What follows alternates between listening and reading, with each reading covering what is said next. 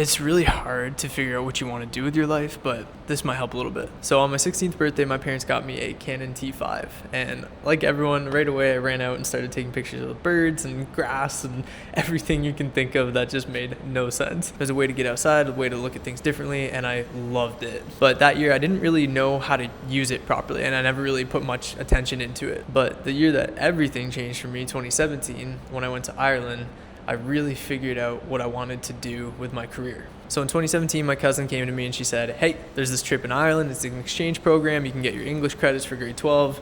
You want to go? Convinced my principal to let me go. Went on the trip.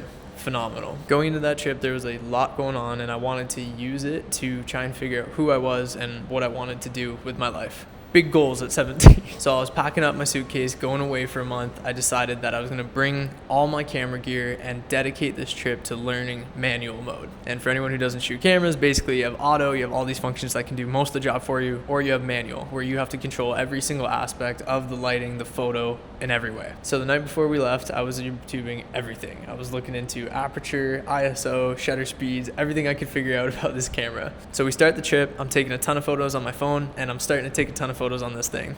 And by the end of the trip, I ended up having 5,000 photos of Ireland and all the different things we did. Way too many photos, just shooting everything I could. But there was one photo that really changed my perspective on life and helped me figure out that I wanted to tell stories. Before I show you the photo, let me set the scene a little bit. So first couple weeks, it was all about culture in Ireland and getting to experience all the beautiful things it has to offer. So we were going to events and checking out landscapes and doing as much as we could to really take in Ireland. And one of my favorite things was we went to a music festival. We walked up on it, there was a huge crowd. Everyone was just having the best time. And a bunch of the people on our trip actually got in and started dancing with random people, and the energy was just so high. It was so fun. Something kind of cool that happened was I had told one of the supervisors that I wanted to be spending this trip learning camera, and she asked, well, okay, can you take pictures of the group as we go, and then we'll post those for you? And I was like, oh my gosh, that's awesome. So I'm taking pictures of the crowd, all the students dancing and stuff, and then there was this moment.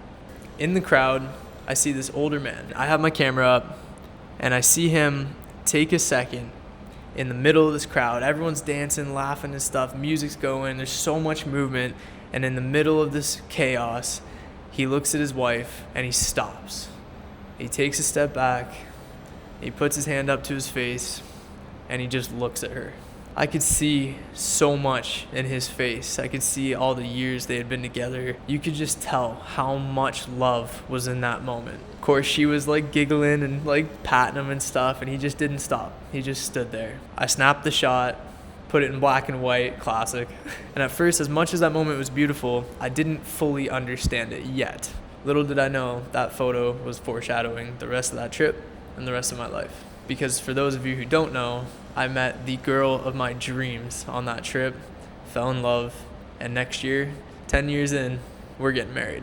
So when I look back at that photo and remember the energy and the vibe and everything to do with it in the moment, but most importantly, how that man looked at that woman and took all the chaos out of the moment just to say, I see you.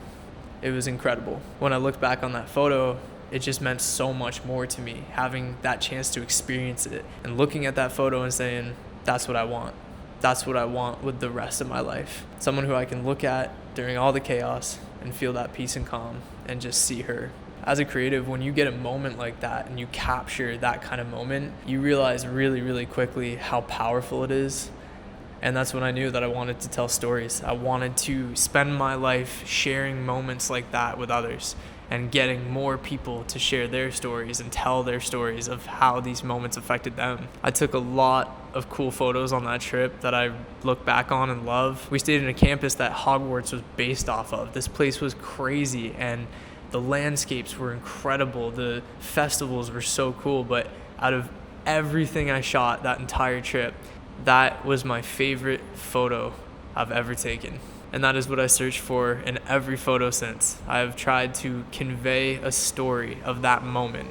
What am I looking at? What am I seeing? What am I feeling? How can I put that into a frozen moment, into an image that hopefully will inspire others? So yeah, obviously you might not be a creative or you might be looking to find your purpose in somewhere else, but since then obviously you have doubts. I've gone through multiple different business ventures. I became an entrepreneur and actually stopped taking photos for a very long time. I'm trying to come back to it now, but I think finding your passion and finding what you want to do with your life is not about a job so much as finding the energy that you vibe with and finding something that makes you feel alive every time you start that day. Obviously, you're gonna have ups and downs. You're gonna have days that you do not want to show up, no matter how much you love your job. If you can find that one thing that just gives you that little spark or that something just feels different, and change it. If you feel that for a little while and then you're not feeling it after, no problem. Go find another spark. That's the best part. Keep trying things and keep finding out what you like. Anyways, that's my story. That's kind of how I figured out what I want to do for now, but let me know what you guys want to do, and if you found what you were looking for, how did you find it? I would love to know your story on how you did that. If you want to hear more stuff like this and stories and kind of perspective shifts and stuff, comment, subscribe, all that fun stuff, but keep looking for what you want, because you do not have to settle and there's no rush. We have a lot of time. We have more time than you think. So take that time, figure out what you like, go from there. You got this.